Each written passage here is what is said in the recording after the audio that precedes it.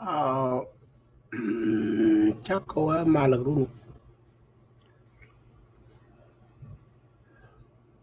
thế cái nếu mà tròn một cô đó thì nhóc cái Ramadan ra cái gì mà đông theo qua để tới giàu nào thì do tụng ngoan thế là xuân một gò cái nằm ba giờ cái ba trai cô đông đông bà cô là lên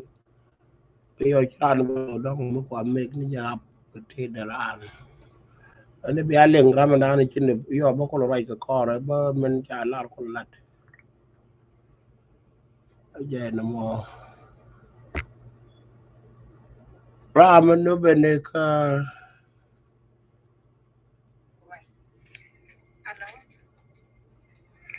Hello, dete ko shana badu shaja. Gara mina ne min gorji shala angelini nyamel emel der kafa bitere. Gan goro urma shala goin banang isi ben goin banang jen te kel medan reidul ko mana me shawa Amerika temo na te linga Amerika. Mera udah da la gona gan me anam gorje. Shwa jata ka jwe. Ma mele kamle me je min gore ya jana da mare ya ka shan kwalba kwana diyar dare min nana ngom dare riyate ka kwan pala sai da saban dai jana ja kan yana ke ner bi shod gwan ga gat kan yo ko ngo ya sai shen da shi wa ajen no bandanan ci benno ci baka ca jay ne ke nam jajane da mar bul cholwal jen rai jen ca je ka no mo yam ke ci le ale anjina nyanel ka jen elder kapat bacterian kel kene Stephen Goy banang ko goñ ba nang jen ci ben ka America ka kor gwat ci lingan go wa ci ben ka America mi ba ku la America ke ba wi ne remboro ken ku le jo ko gwat ndan dong bu goñ ba raje ba be ling tin ke dong ne te ke raje me cha je ka me pan bol ci wal ko de kute gwat me de wude me de ngai tin wude me ko ye ko ci de ko ye point de ku ko we dan ma de la ken ke online ko binara ling ke ye mi te gram wo ti ke go ke nga ji je Steven go ba nang mi nga ye pe la no ba me ko jen no pot cha ta de no pot ko ken chi ke chen ke chi ke lot ke re lo ko ka pas veterian church ko gwa mi chua nya ma jen ke juba ko chi rai ke ne bol ja la ro ne go ko ja ram dan men nga je men dong de lo ko ye ko ku mo bol che je ka me ko ba la kon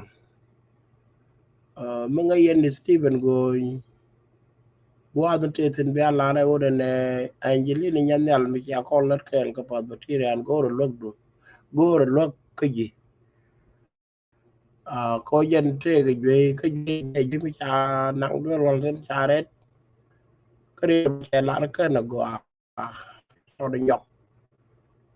ke ri yo lo ke je do rol jen mi te je go je ko ne me tong để chàng ấy chứ con chàng cái chàng ấy có còn mất đây là cắm chỉ cái đây là luôn thế mà cháu là point chỉ gần chỉ trả lời chứ ngay đi để chỉ lời đã nên quay cái chạy chỗ giờ nó mà dân thì cho nên khi mình cái thế mà dân có sẽ về là bên thì chơi qua cái chuyện thì nó chỉ là một cái phần một cái là cái chuyện đi quay nó nếu mà quay là có bia bia dây giặc ở ngay cái dây ở gần có rồi ngoan còn tên cuối cò yo mi jira mi chi jek wi raj mum wi le ngaji ne ka yu ada che min chelar ka gur je wona ne yer be ke be ara ling yen je ke be min chelar be ling mo ngod ti die ka ta ye kon te ye kel bi dama dan bul chol wal be chol bul wal je ka man soda jara mi je ka ler ko ba balar telephone 508 la area code ka Minnesota 508 point telephone 8956 um, 7 area code 508 number 507 8 95 bulbul chol mo be je ke je me gore one ne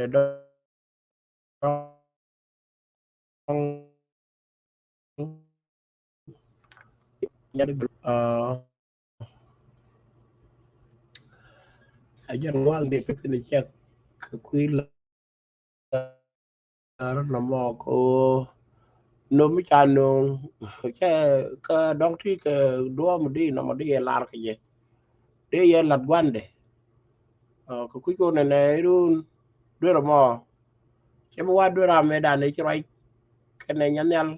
ke ju be ka che be do ra me cha ban kam no amo do cha lar bu ko da ngai ji no ne ro je mo cha lar mu ko wote mu wa go wote ka ne ben ka ne barar ro la ta kon ke jana ka Australia ke te ka European ke te ka Scandinavian country ke jana ka Canada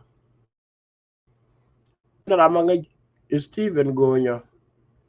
be rajo be lare ya lar ko donc te mi balat lat le o jana be len ka bi nyama nga je rajo da ni cha lat ko jana rama nyama te do be den ka rab ka ne de ko ken do be jana ma ka le ke je go rai ke je ko ku mo de le ra de pe ka wa de ke ko ku nyan yal min no wud la chol Stephen goñ banang ani cha ko wa mal ga ta ga mal jen dan de lar kon ke jen de la ne de goñ by now bi ta mal